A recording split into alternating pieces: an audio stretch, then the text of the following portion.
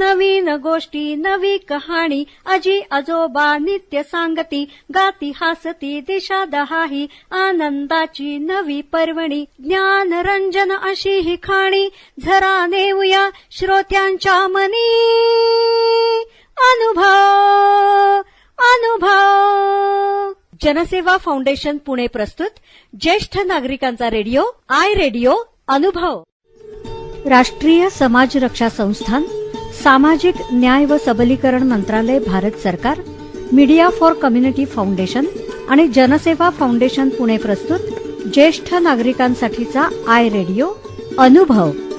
ज्येष्ठ नागरिकांच्या समस्या, प्रश्न आणि मार्गदर्शन यासाठी टोल फ्री हेल्पलाईन क्रमांक 14567 म्हणजेच एल्डर लाईन 14567 या क्रमांकावर सकाळी 8 ते रात्री 8 या वेळेमध्ये संपर्क साधावा. श्रोते हो नमस्कार. आपण ऐकत आहात जनसेवा फाउंडेशन पुणे प्रस्तुत आय रेडिओ अर्थात ज्येष्ठ नागरिकांचा रेडिओ अनुभव. कार्यक्रमात सुरुवातीला आपण ऐकणार आहोत महाराष्ट्र फेस्कॉमचे अध्यक्ष माननीय श्री अरुण रोडे यांचा थोडक्यात परिचय आणि त्यांनी केलेल्या कार्याची माहिती स्वतः अरुणजी आपल्याला सांगणार आहेत. आणि कार्यक्रमात त्यानंतर श्री अशोक बसेर यांच्या बाबतीत थोडक्यात परिचय आणि त्यांनी सादर केलेला डोळ्यांची काळजी, मोतीबिंदू आणि उपचार पद्धती यावर आधारित माहितीपर कार्यक्रम. चला तर मग श्रोते हो ऐकूयात समाजासाठी झटणाऱ्या या दोनही दिग्गजांकडून त्यांचे विचार.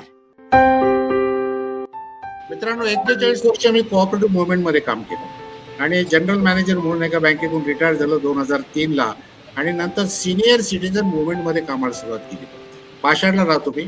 वाकेश्वर ज्येष्ठ नागरिक संघाचे मी लगेच अध्यक्ष झालो आणि त्याच्यानंतर 2005 पासून 1 ऑक्टोबरला गणेश कला केंद्रामध्ये स्वारगेटला ज्येष्ठ नागरिक दिनाचे जे कार्यक्रम डॉक्टर विनोद शाह, जनसेवा फाउंडेशन, मीनाताई आणि ही सर्व मंडळी करत होती त्याच्यावर मी 2005 पासून यायला सुरुवात केली. आणि त्याच्यानंतर माझ्या लक्षात आलं की जनसेवा फाउंडेशनचं जे ब्रीद आहे, जे स्लोगन आहे, मानव सेवा हीच ईश्वर सेवा, आणि मी मनात खुणगाठ बांधली की आपण आता नाहीतरी सिनियर सिटीजन मुवमेंट मध्ये उतरलेलोच आहोत, तर आता आपल्याला जनसेवा फाउंडेशनचं जे ब्रीद आहे त्याला धरून काम करायचं. मानव सेवा हीच ईश्वर सेवा. आणि मग त्या दृष्टिकोनातून मी कामाला सुरुवात केली आणि आज फेस्कॉम या 41 वर्ष ज्येष्ठांसाठी काम करणाऱ्या महाराष्ट्रातील सर्वात मोठ्या नॉन गव्हर्नमेंट ऑर्गनायझेशनचा अध्यक्ष म्हणून मी काम करत असताना मला खऱ्या अर्थाने जनसेवा फाउंडेशनची फार मदत झालेली आहे. मित्रांनो, तुम्हाला माहिती आहे की 2007 मध्ये आई वडील ज्येष्ठ नागरिक चरितार्थ आणि कल्याण कायदा आला. आम्ही त्याच्यामध्ये मोफत कायदेविषयक सल्ला केंद्र संपूर्ण महाराष्ट्रात चालू केलंय. पुण्यामध्ये ॲडव्होकेट BT निसळ, मी, आमची बाकीची मंडळी आम्ही 38 केसेसवर काम करतो आणि त्याच्यामध्ये बेघर, अत्याचारग्रस्त, पीडित, वंचित आणि अक्षरशः रस्त्यावर पडलेले लोक आम्हाला जेव्हा भेटले त्यावेळेला आम्ही पहिला फोन केला तो डॉक्टर विनोद शाह की डॉक्टर या ठिकाणी अशी अशी परिस्थिती आहे. ते मला फक्त सांगायचे, रोडे सर तुम्ही फक्त मला जागा सांगा कुठे, माझा माणूस ॲम्ब्युलन्स घेऊन येईल, आंबेच्या वृद्धाश्रमात त्याला दाखल. मित्रांनो, ही जी सेवा आहे ना, म्हणजे जे घरामध्ये सुखवस्तू आहे त्यांची गोट निराळी, पण ज्यांना कुणीच नाहीये त्यांचा आधारवड होणं ही फार महत्वाची काम आहे. आणि जनसेवा फाउंडेशनच्या माध्यमातून हे काम ज्या पद्धतीने चाललेलं आहे, खरोखर म्हणजे लाखो लोकांची दुआ या ठिकाणी त्यांना मिळते. फार केसेसमध्ये मी अनेक केसेस त्यांच्या पुढे नेल्या आणि त्या प्रत्येक केसेसला त्यांनी छायाचित्र दिलेली, म्हणजे हे फार मोलाचं काम आहे आणि मी त्यांचं काम पाहतोय. तर मित्रांनो, दुसरी गोष्ट अशी की RRTC हे सेंट्रल गव्हर्नमेंटचं एक केंद्र त्यांनी दिलेलं आहे RRTCचं. तर मी स्वतः 2015 पासून प्राध्यापक JP देसाई आणि कवी उद्धव कानडे आम्ही माध्यमिक शाळांमध्ये जनसेवा फाउंडेशनच्या वतीने RRTCच्या कार्यक्रमांतर्गत माध्यमिक शाळांमधील 5वी ते 10वीच्या विद्यार्थ्यांना कौटुंबिक जनजागृतीची आम्ही माहिती देतो. म्हणजे हे एक महान काम आहे की मुलांना आत्तापासूनच एकत्र कुटुंब पद्धती, आपल्या घरामध्ये जे बुजुर्ग आहेत, आपले जे आजोबा आहेत, आजी आहेत, या सगळ्यांमध्ये एक जिव्हाळा निर्माण करणं आणि एकत्र कुटुंबामध्ये घर हे हस्त खेळतं ठेवणं, याच्यासाठी या मुलांना आत्तापासूनच शिक्षण देण्याचं काम, प्रबोधन करण्याचं काम हे RRTCच्या माध्यमातून जनसेवा फाउंडेशन करतंय आणि त्याच्यामध्ये मला खारीचा वाटा उचलायला मिळतोय, हे मी माझं स्वतःचं भाग्य समजतो. आणि आता तो पहा, सेंट्रल गव्हर्नमेंटने national helpline for senior citizens 14567 Smitesh Shah, Jaydev Naik आणि आम्ही सगळी मंडळी, हनुमंत धुमाळ, मे 2021 पासून आम्ही सातत्याने डिस्ट्रिक्ट ऑफिसर बरोबर 36 जिल्ह्यांमध्ये आम्ही कार्यशाळा घेतो आणि 36 जिल्ह्यांमध्ये कार्यशाळा घेऊन डिस्ट्रिक्ट ऑफिसर्स जनसेवा फाउंडेशनने नेमलेले आणि आमच्या फेस्कॉमचे 80 पदाधिकारी प्रत्येक 12 रिजनचे आम्ही कार्यशाळा घेतल्या. आणि तुम्हाला या हेल्पलाईन वरती जर फोन आला तर त्याला मदत आणि सेवा तुम्ही कशी करायची याचं ट्रेनिंग त्यांना दिलं.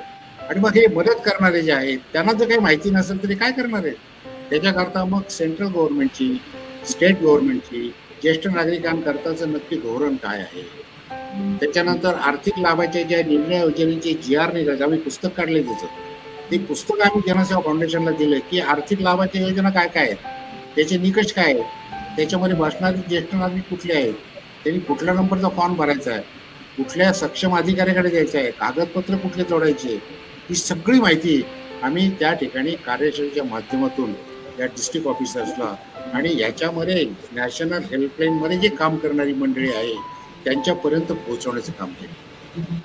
एवढं करून आम्ही थांबलेलो नाहीये, तर याच्यामध्ये आम्ही पुस्तकं प्रकाशित केलेले आहेत. तर मित्रांनो, हे काम फार मोठं काम आहे आणि या संदर्भामध्ये आता खरं म्हणजे ज्येष्ठ नागरिकांना डिजिटल युगात घेऊन जाणं हा एक महत्त्वाचा भाग आहे.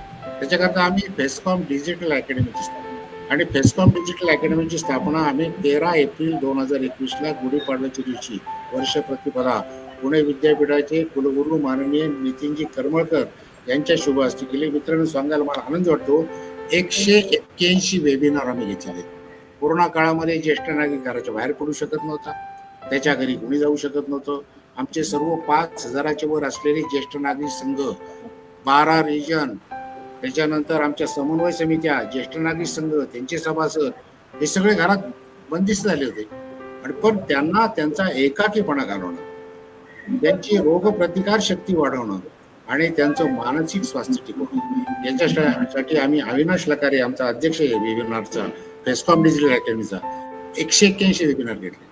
आणि आता ते 1 जून पासून आम्ही योगाचे क्लासेस सुरू केले आणि योगाच्या क्लासेसच्या माध्यमातून रोज सकाळी 6 ते 7:30 आम्ही जून, जुलै, ऑगस्ट, सप्टेंबर 4 महिने झाले रोज सकाळी कार्यक्रम. म्हणजे ज्येष्ठांचं आरोग्य हे शेवटच्या श्वासापर्यंत तो आपल्या पायावरती भक्कम उभा राहायला पाहिजे. आणि या दृष्टिकोनातून ज्येष्ठांची प्रतिकारशक्ती वाढवणं, त्यांचं मानसिक स्वास्थ्य टिकवणं आणि त्यांचा एकाकीपणा घालवणं याच्याकरता अनेक कार्यक्रम घेतले. आता आम्ही दिवाळीमध्ये कार्यक्रम घेतोय की घरातल्या नातवंडांनी आजोबांची मुलाखत घ्यायची आणि त्यांचं लहानपण कसं होतं, शिक्षण कुठे झालं, कशा पद्धतीने त्यांनी केलं, म्हणजे एक घरामध्ये सुसंवाद निर्माण करण्याकरता नातवंड आणि आजोबा, आपण म्हणतोय दुरावरची साय, परंतु यांचं आता कसं आहे की मनोमिलन झालं पाहिजे.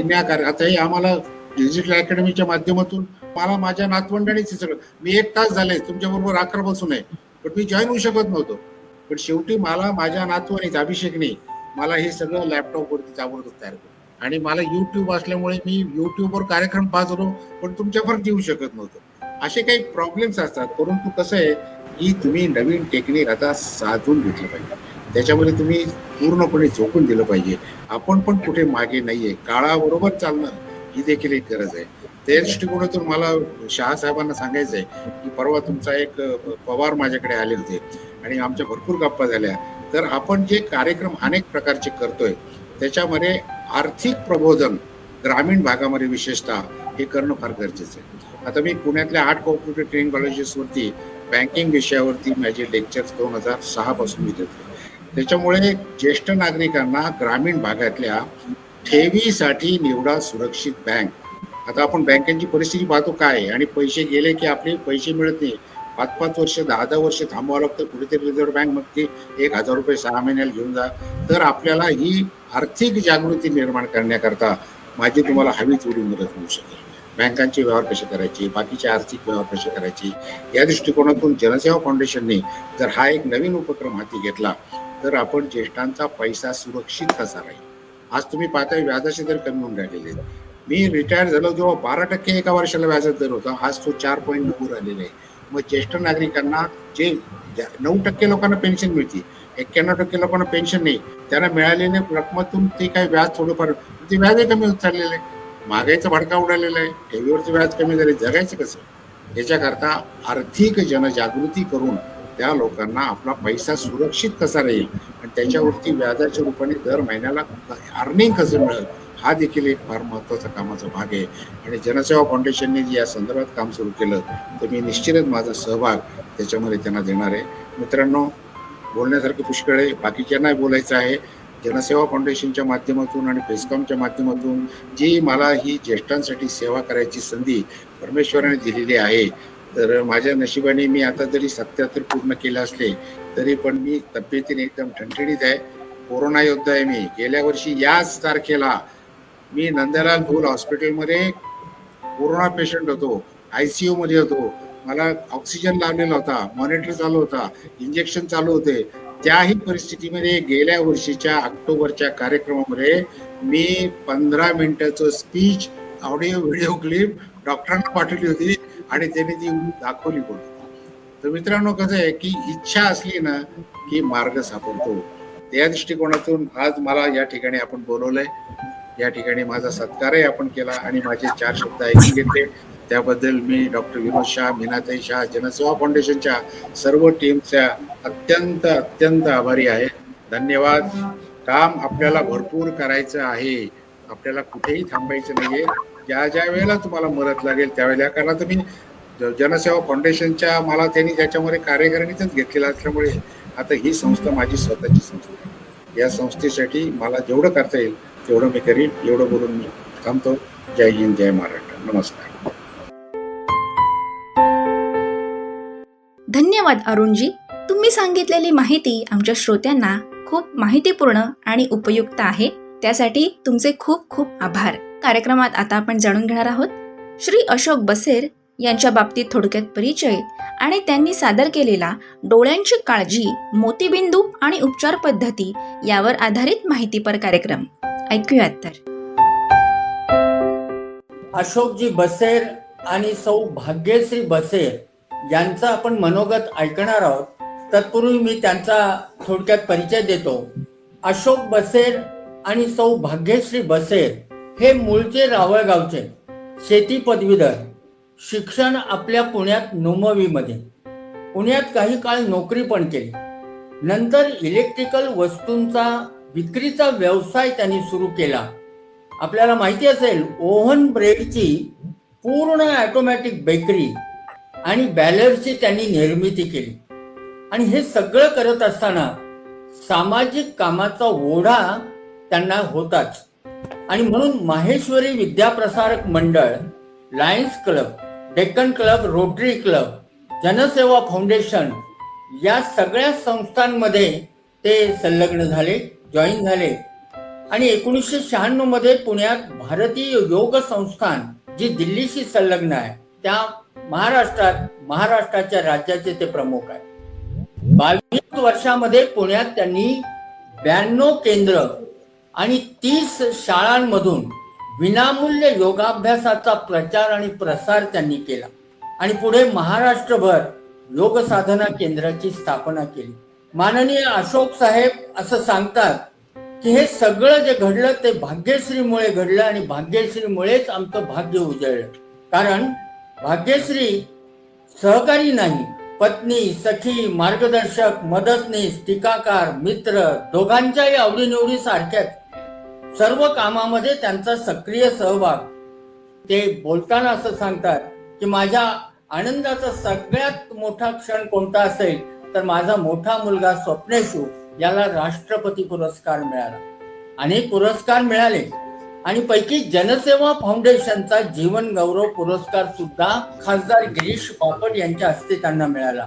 आणि आजही ते सकाळी 4ला उठतात, रोज 6 योग केंद्रांना भेट देतात, मार्गदर्शन करतात आणि त्यानंतर दिवसभर ऑफिस सांभाळल्यावर 6 वाजता पुन्हा व्याख्यानं, पुन्हा नाटकं, असा हा त्यांचा दिनक्रम असतो.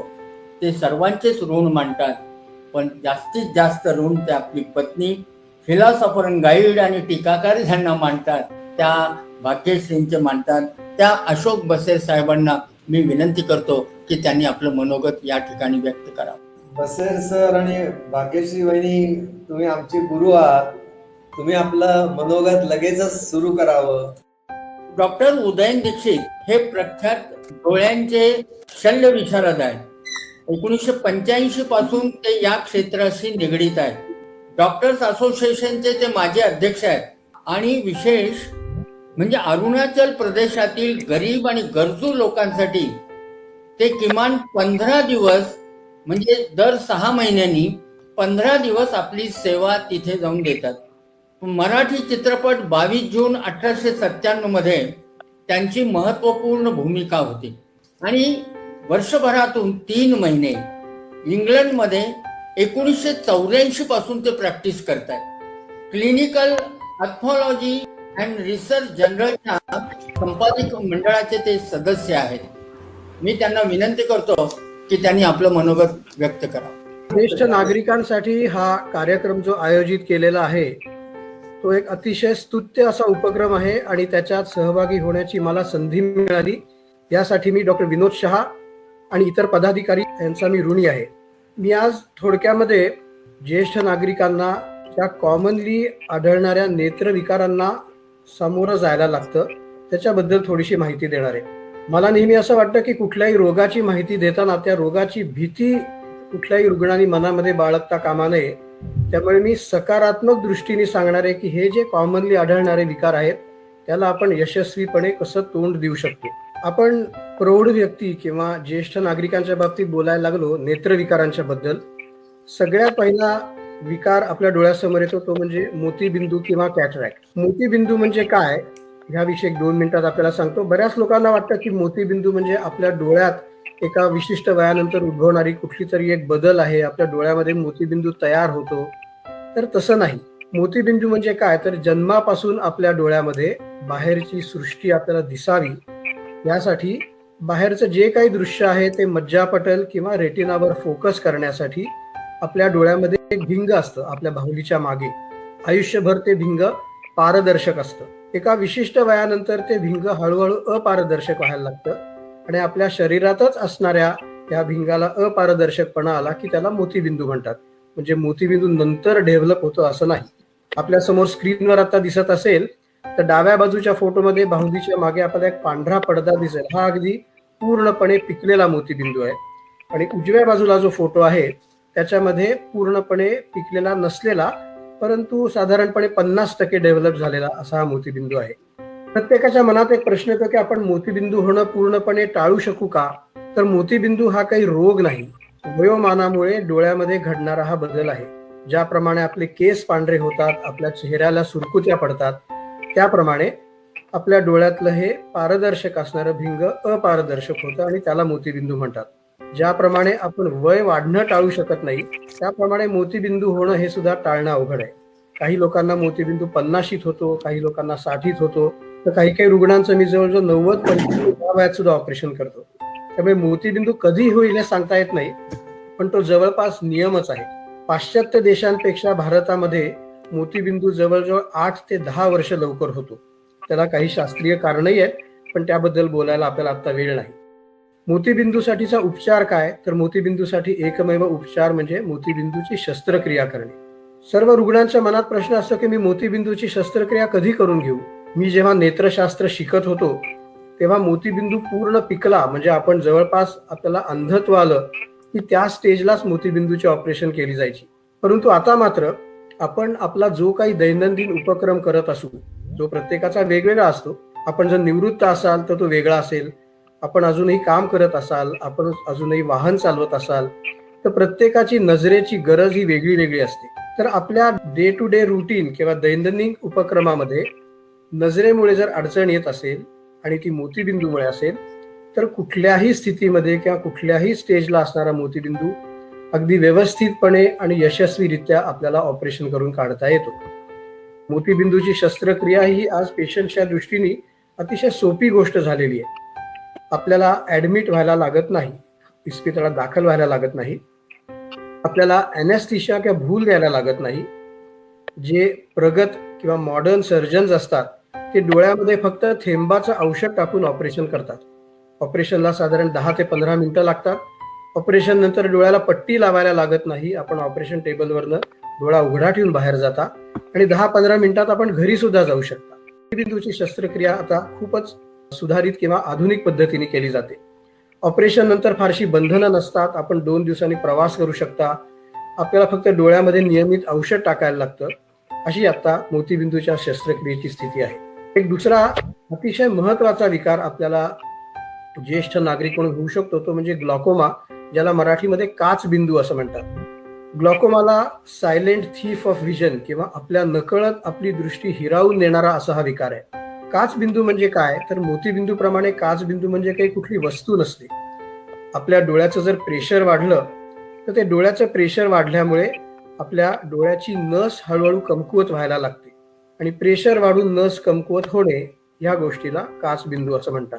काच बिंदूची मी म्हणल्याप्रमाणे असं आहे की आपल्या नकळत त्याची दृष्टी कमी व्हायला लागते. सुरुवातीच्या काळामध्ये आपल्याला काहीही सिम्पटम्स किंवा रुग्णाला काहीही त्रास नसतो, त्याला कळतच नाही की आपल्याला काच बिंदू असू शकेल. म्हणूनच 40 नंतर निश्चितपणे एकदा तरी नेत्रतज्ञाकडनं डोळे तपासून घ्यावेत. 60 नंतर तर निश्चितच. म्हणजे आपल्याला लक्षात येण्याआधी नेत्रतज्ञाच्या जर लक्षात आलं की आपल्याला काच बिंदू आहे आणि उपचार सुरू केले तर जन्मभर आपल्याला डोळ्याची दृष्टी टिकवता येते. या फोटोत दाखवल्याप्रमाणे डावीकडच्या फोटोमध्ये या छोट्या यंत्राने 10 सेकंदात डोळ्याचं प्रेशर चेक केलं जातं.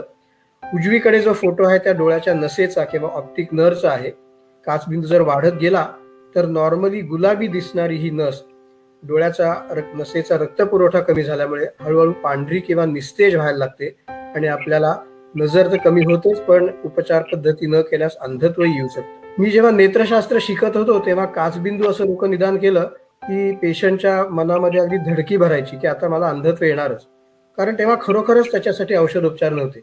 प्रत्येक पेशंटची आम्हाला शस्त्रक्रिया करायला लागायची आणि शस्त्रक्रियेमध्ये धोके सुद्धा होते. परंतु आता मात्र तसं नाही. काचबिंदूचं रोगनिदान झालं की तो आवाक्यात ठेवण्यासाठी बरेच आय ड्रॉप्स किंवा डोळ्यात टाकण्याची औषधं उपलब्ध आहेत. ती औषधं वापरली जातात आणि 80 ते 85% ह्या काचबिंदूच्या रुग्णांना फक्त डोळ्यामध्ये टाकण्याच्या ड्रॉप्समुळे आयुष्यभर आपली नजर टिकवता येते, कारण डोळ्याचं प्रेशर आवाक्यात ठेवलं जातं.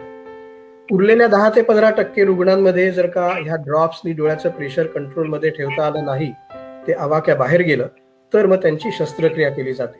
पण काचबिंदूमुळे गेलेली नजर परत मिळवता येत नाही. त्यामुळे काचबिंदूचं लवकर रोग निदान होणं, अर्ली डायग्नोसिस हे फार महत्वाचं असतं. त्यासाठी नेत्रतज्ञाकडनं तपासणी त्यासारखी काही उपकरणं वापरून काचबिंदूचं लवकर रोगनिदान करता येतं आणि वेळेवर ट्रीटमेंट सुरू करता येते. ह्या 2 विकारांखेरीज आपल्या अनफॉर्च्युनेटली कम नशिबाने आपल्या देशाला एक मानबिंदू म्हणता येणार नाही, परंतु आज भारत हा ग्लोबल कॅपिटल ऑफ डायबिटीज झालेला आहे. मधुमेहाचं जागतिक राजधानी आज भारत झालेली आहे. आपल्या देशामध्ये असंख्य प्रमाणात मधुमेहाचे रुग्ण आहेत आणि आपण या स्लाइडमध्ये बघितलं तर पाश्चात्य देशांपेक्षा जास्त झपाट्याने आपल्या देशामध्ये मधुमेही रुग्णांचं प्रमाण वाढत आहे. मधुमेहामुळे आपल्या मज्जापटलावर दुष्परिणाम होतात. बऱ्याच रुग्णांना हे माहीतच नसतं. आपण बघताय हा रेटिना किंवा मज्जापटलाचा फोटो आहे. मध्यभागी डोळ्याची नस आहे, ऑप्टिक नर्व. त्याच्या बाजूनी डोळ्याच्या मज्जापटलाच्या रक्तवाहिन्या आहेत आणि आपण बारकाईने पाहिलं तर त्यात आपल्याला रक्तस्रावाचे काही ठिपके दिसतील, पॅचेस दिसतील आणि पांढरे ठिपके दिसतील. हा मज्जापटलावर घडणारा मधुमेहामुळे होणारा दुष्परिणाम आहे. ह्याच्यात सुद्धा सुरुवातीच्या काळात रुग्णाला काहीही त्रास होत नाही. रुग्णाला जेव्हा दृष्टी कमी झाल्याचं जाणवतं तेव्हा खूप उशीर झालेला असतो. त्यामुळे आपल्याला जर मधुमेह झाला असेल तर काही त्रास नसताना सुद्धा नेत्रतज्ञाकडनं आपले डोळे तपासून घ्यावेत. त्याच्यावर वेळेवर उपचार केला नाही तर त्या रक्तस्रावाचं रूपांतर अशा मोठ्या रक्तस्रावामध्ये होतं आणि आपली नजर खूपच प्रमाणात कमी होते. पण योग्य वेळी जर आपण नेत्रतज्ञाला दाखवलं, या मधुमेहाच्या दुष्परिणामांचं जर का रोगनिदान झालं तर लेसर किरण उपचार नावाचा उपचार पद्धती करून आपली आहे ती नजर टिकवता येते आणि आयुष्यभर नजर टिकून राहील. नवीन काळात म्हणजे गेल्या 5-6 वर्षांमध्ये या लेसर किरण उपचारांशिवाय डोळ्यामध्ये एका औषधाचं इंजेक्शन देण्याची ट्रीटमेंट आहे. हे इंजेक्शन फक्त एकदा द्यायला लागत नाही, दर 4 ते 6 आठवड्यांनी अशी अनेक इंजेक्शन द्यायला लागतात. कोणाला 5 इंजेक्शन्स, कोणाला 10 इंजेक्शन्स, अशी पहिल्या 1-2 वर्षांमध्ये इंजेक्शन द्यायला लागतात. ही इंजेक्शन दिल्यामुळे ह्या मधुमेहाचे दुष्परिणाम वाढणं तर थांबतंच, परंतु 20 ते 25% आपल्या नजरेमध्ये सुधारणा सुद्धा होऊ शकते. चौथं आव्हान आपल्या डोळ्यासमोर आज ज्येष्ठ नागरिकांसमोर आहे ते म्हणजे आज भारतामध्ये लाईफ एक्सपेक्टन्सी किंवा आयुर्मर्यादा वाढलेली आहे. मी जेव्हा वैद्यकशास्त्र शिकत होतो तेव्हा साधारण 50 मध्ये भारतातल्या लोकांची लाईफ एक्सपेक्टन्सी होती. आज भारतातली आयुर्मर्यादा 67 वर्षे इतकी आहे. इतकंच नाही तर आपण जर 60व्या वर्षापर्यंत जिवंत राहिलो तर आपली आयुष्य मर्यादा 82 पर्यंत आहे. एक सर्वज्ञात गोष्ट आहे की प्रत्येक गोष्टीची किंमत मोजायला लागते. आपली ही लाईफ एक्सपेक्टन्सी वाढल्यामुळे आज आपण त्याची किंमत मोजतो आहोत. आपण मोतीबिंदू, काचबिंदू अशा अनेक विकारांवरती मात केलेली आहे. आपल्याला कळणार सुद्धा नाही की या व्यक्तीचं ऑपरेशन झालं, इतकं उत्तम शस्त्रक्रिया झालेली आहे. पण ही सर्व शस्त्रक्रिया करून सुद्धा त्याचा रिझल्ट अगदी शून्यात येऊ शकतो जर आपल्याला हा पुढचा विकार वयोमानामुळे होणारा विकार झाला तर. आपण एखाद्या व्यक्तीकडे पाहिलं तर मध्य भागातलं आपल्याला दिसतच नाही, फक्त कडेच आपल्याला दिसू शकतं. ह्या विकाराला एज रिलेटेड मॅक्युलर डिजनरेशन किंवा वयोमानामुळे होणारा मज्जापटलाचा विकार असं म्हणतात. हा रोग नाही, या नावाप्रमाणेच फक्त वय वाढल्यामुळे डिजनरेशन आपल्या रेटिनाचं झालेलं असतं. या डिजनरेशनचे 2 प्रकार आहेत. एक ड्राय डिजनरेशन, ज्यामध्ये मज्जापटलाच्या मध्यभागी फक्त असे चट्टे उमटलेले दिसतात. हा विकार अतिशय हळूहळू वाढतो. 5 वर्ष, 10 वर्ष, 15 वर्षामध्ये हळूहळू नजर कमी होते. हा काही फारसा घाबरण्यासारखा विकार नाही, परंतु ह्याचं रूपांतर वेट किंवा लिकिंग डिजनरेशन मध्ये होऊ शकतं. या चित्रात आपण पाहता त्याप्रमाणे अचानक डोळ्यातनं रक्तस्राव होऊ शकतो आणि कालपर्यंत मला दिसत होतं आणि आज सकाळी माझी दृष्टी कमी झाली असं होऊ शकतं. ह्याच्यावरती आज उपाय आहेत. मी जेव्हा नेत्रशास्त्र शिकलो तेव्हा आम्ही याचं फक्त निदान करू शकायचो, उपाय काहीच नव्हता. 3 औषधं आहेत ज्याचं इंजेक्शन डोळ्यामध्ये दिलं तर हा रक्तस्राव थांबवता येतो, आपली नजर कमी होणं थांबवता येतं आणि थोड्या प्रमाणात नजर वाढते सुद्धा. ह्या औषधाची सुद्धा आपल्याला अनेक इंजेक्शन्स 4 ते 6 आठवड्याच्या अंतराने घ्यायला लागतात. हे जे काही महत्वाचे नेत्र विकार आहेत त्याच्यापासून आपण पळून जाता कामा नये, आपण धीराने त्याला तोंड दिलं पाहिजे. आज prevention is better than cure. प्रतिबंधात्मक उपाय हे उपचारापेक्षा जास्त चांगले असतात, हे सर्वज्ञात आहे संपूर्ण वैद्यकशास्त्रामध्ये. आणि डोळ्याचे विकार हे त्याला काहीच अपवाद नाहीत. याच्यासाठी आपण काय काळजी घेऊ शकतो? डोळ्याचं हायजीन म्हणजे स्वच्छता पाळावी. प्रत्येक ज्येष्ठ नागरिकांनी एक सवय ठेवावी की सकाळी उठल्यावरती एका छोट्या वाटीमध्ये पाणी कोमट करावं, त्यात कापूस बुडवावा, कापसातलं पाणी पिळून घ्यावं आणि हलक्या हाताने आपल्या डोळ्याच्या पापण्या रोज सकाळी स्वच्छ कराव्यात. आजकाल आपण खूप व्हिटॅमिन्स, जीवनसत्व आणि अनेक सप्लिमेंट्स म्हणतात अशी औषधं घेत असतो. मला आठवतं शाळेमध्ये मी शिकत असताना नागरिक शास्त्रात एका ताटाचं चित्र असायचं. त्याच्यामध्ये आपल्याला जेवताना मीठ, कोशिंबीर, चटणी, भाजी, आमटी, भात, पोळी असं ते ताट समोर ठेवलेलं असायचं. आपण प्रामाणिकपणे स्वतःला विचारलं पाहिजे की आज आपण खरोखर असं जेवण करतो का? आपण कुठली तरी एखादी डिश बनवतो, त्याच्याबरोबर पोळी खातो किंवा भात खातो आणि संपलं आपलं जेवण. पण आपण जर असा समतोल आहार घेतला तर आपल्याला जीवनसत्व उगीच घ्यायला लागणार नाही. आज कोविडच्यामुळे आणि इतर आधुनिकतेमुळे प्रत्येकाचा स्क्रीन टाइम खूप वाढलेला आहे. मुलं बिचारी घरी बसून अभ्यास करतायत, त्यांना घरनं शिक्षण घ्यायला लागते. प्रौढ नागरिक आपला सर्व व्यवसाय वर्क फ्रॉम होम या धर्तीवरती घरनं करतात आणि ज्येष्ठ नागरिकांना सुद्धा बाहेर जाणं थोडं धोक्याचं झाल्यामुळे त्यांचा बहुतांशी वेळ टीव्ही बघणे ह्याच्यामध्ये जातो. हा स्क्रीन टाइम फार वाढल्यामुळे त्याचे दुष्परिणाम आपल्या डोळ्यावर होतात. आपल्या डोळ्याला कोरडेपणा येतो, कारण आपण हा स्क्रीन टाइम वरती काम करत असताना आपण डोळ्याची उघडझाप करणंच कमी करून टाकतो. तर हा विकार आता सर्वांना खूप जास्त प्रमाणात होतोय. तो होऊ नये म्हणून आर्टिफिशियल टिअर ड्रॉप्स अगदी नियमितपणे डोळ्यात रोज टाकावेत. चौथी गोष्ट म्हणजे ग्लासेस किंवा चष्मा. आपल्याला भलेही चष्म्याचा नंबर नसेल, पण आज सर्व ठिकाणी प्रदूषण इतकं प्रचंड प्रमाणात आहे की या प्रदूषणामुळे आपल्या डोळा लाल होणे, डोळ्यातनं पाणी येणे असे अनेक विकार होतात. तो विकार झाला की त्याच्यावर औषधं वापरा, परत आपण बाहेर गेलो, औषधं बंद केली की परत विकार होणार, परत औषधं. असं करण्यापेक्षा डोळ्याच्या संरक्षणासाठी आपण 0 नंबरचा का होईना पण चष्मा बाहेर गेल्यावरती वापरावा. मी नेहमी ही तुलना करतो की सध्या आपण सर्वजण मास्क लावतो, आपल्याला सवय झाली आहे त्याची. चष्मा हा डोळ्याचा मास्क आहे, तो बाहेर पडल्यावरती जरूर वापरावा आणि औषधोपचार करून रोग ट्रीट करण्याऐवजी तो टाळावा. 40 नंतर आणि मुख्य करून 60 नंतर नेत्रतज्ञाकडे जरूर जावं. जरी आपल्याला चष्म्याचा नंबर फक्त चेक करायचा असेल तरी नेत्रतज्ञाकडे जावं, कारण मगाशी मी सांगितल्याप्रमाणे ह्यातले काही विकार आपल्याला असतील त्याचं लवकर रोगनिदान झालं तर आपल्याला आयुष्यभर नजर टिकवता येते. त्यामुळे लवकरचं रोगनिदान, नेत्रतज्ञ सांगतील त्याप्रमाणे अतिशय व्यवस्थित फॉलोअप ठेवणे आणि योग्य ट्रीटमेंट योग्य वेळी घेणे हा आपल्या यशस्वीपणाचा मंत्र आहे. हा आपण ठेवलाच पाहिजे. अनेक औषधं, अनेक सुविधा निघाल्यामुळे आज आपण नेत्रतज्ञ म्हणून मी स्वतः खूप प्रयत्न करतो की ज्येष्ठ नागरिकांना नजर कायमस्वरूपी तशीच राहावी आणि ही सगळ्या सोयी आता उपलब्ध आहेत. आपण त्याचा जरूर फायदा घ्यावा, कारण नेत्रतज्ञ म्हणून माझं आयुष्याचं ब्रीद आहे की ह्या ज्येष्ठ नागरिकांच्या चेहऱ्यावरती हे जे हास्य आहे, हे हास्य कायम त्यांच्या चेहऱ्यावरती टिकून राहावं. धन्यवाद.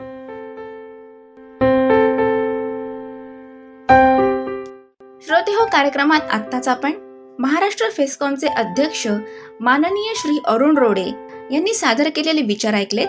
तसंच श्री अशोक बसेर यांनी सादर केलेला डोळ्यांची काळजी, मोतीबिंदू आणि उपचार पद्धती यावर आधारित विशेष माहिती ऐकलीत. श्रोते हो, अशाच प्रकारच्या माहितीपूर्ण कार्यक्रमांसाठी ऐकत रहा जनसेवा फाउंडेशन पुणे प्रस्तुत आय रेडिओ, अर्थात ज्येष्ठ नागरिकांचा रेडिओ अनुभव आय रेडिओ.